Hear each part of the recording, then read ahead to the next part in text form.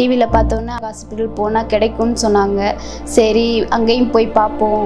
ரேஷ்மா மேடமும் அரவிந்த் சாரையும் பார்த்தோம். அவங்க எங்களுக்கு ஒரு நம்பிக்கையாக சொன்னாங்க, கவலைப்படாதீங்கம்மா ஐவிஎஃப் பண்ணிக்கலாம் அப்படின்னு சொன்னாங்க. ஐவிஎஃப் பண்ணும்போது ஃபர்ஸ்ட்லேயே எங்களுக்கு ரொம்ப சந்தோஷமான நியூஸ் வந்துருச்சு. பணமும் கொஞ்சம் கம்மியாக தான் இருந்துச்சு.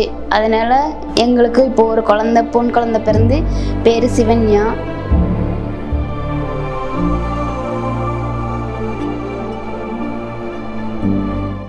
அனைவருக்கும் வணக்கம். என் பேர் ராதிகா, என் வீட்டுக்கார் பேர் ஆறுமுகம்.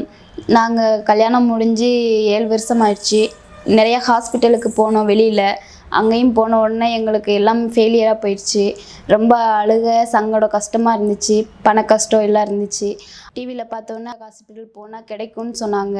சரி அங்கேயும் போய் பார்ப்போம் அப்படின்ட்டு வந்த உடனே ரேஷ்மா மேடமும் அரவிந்த் சாரையும் பார்த்தோம். அவங்க எங்களுக்கு ஒரு நம்பிக்கையாக சொன்னாங்க, கவலைப்படாதீங்கம்மா குழந்தை கிடைக்கும் அப்படின்னு சொன்னாங்க. அதுக்கப்புறம் நாங்களும் சரின்ற கொஞ்சம் சந்தோஷத்தோடு போனோம். அதுக்கப்புறம் வாரம் செக்கப்பு அது இதுன்னு சொன்னாங்க. அதுக்கப்புறம் வந்தோம். இங்கே இருக்கிற நர்ஸ் எல்லாருமே எங்களுக்கு ஒத்துழைச்சாங்க. எங்களுக்கு ஒரு குழந்தை கிடச்சிச்சு. இப்போ நாங்கள் ரொம்ப சந்தோஷமாக இருக்கோம். அரவிந்த் சார் கேட்டார், நார்மலாக பார்த்துக்கலாம் அப்படின்னு சொன்னாங்க. நார்மலாக இப்போ ட்ரை பண்ணோம், அதுவும் இதாகிருச்சு. அதனால் ஐவிஎஃப் பண்ணிக்கலாம் அப்படின்னு சொன்னாங்க. ஐவிஎஃப் பண்ணும்போது ஃபர்ஸ்ட்லேயே எங்களுக்கு ரொம்ப சந்தோஷமான நியூஸ் வந்துருச்சு.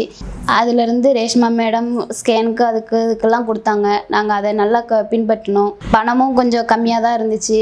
அதனால் எங்களுக்கு இப்போது ஒரு பொன் குழந்தை பிறந்து பேர் சிவன்யா. குழந்தை பிறந்து இப்போ 5 மாதம் ஆச்சு. 5 மாதத்தில் நாங்கள் பார்க்க வந்தோடனே ரேஷ்மா மேடமும் அரவிந்த் சாரையும் பார்த்தோம். நாங்களும் ரொம்ப சந்தோஷமாக தேங்க்ஸ் மேடம் சொல்லிட்டு பார்க்கறதுக்கு வந்துட்டு நாங்களும் கிளம்பிட்டோம். அதே மாதிரி நீங்களும் கவலைப்படாமல் ஹாஸ்பிட்டலுக்கு வாங்க, உங்களுக்கும் ஒரு குழந்தை கிடைக்கும். நம்பிக்கையோடு வந்துட்டு நம்பிக்கையோடு போங்க. நன்றி.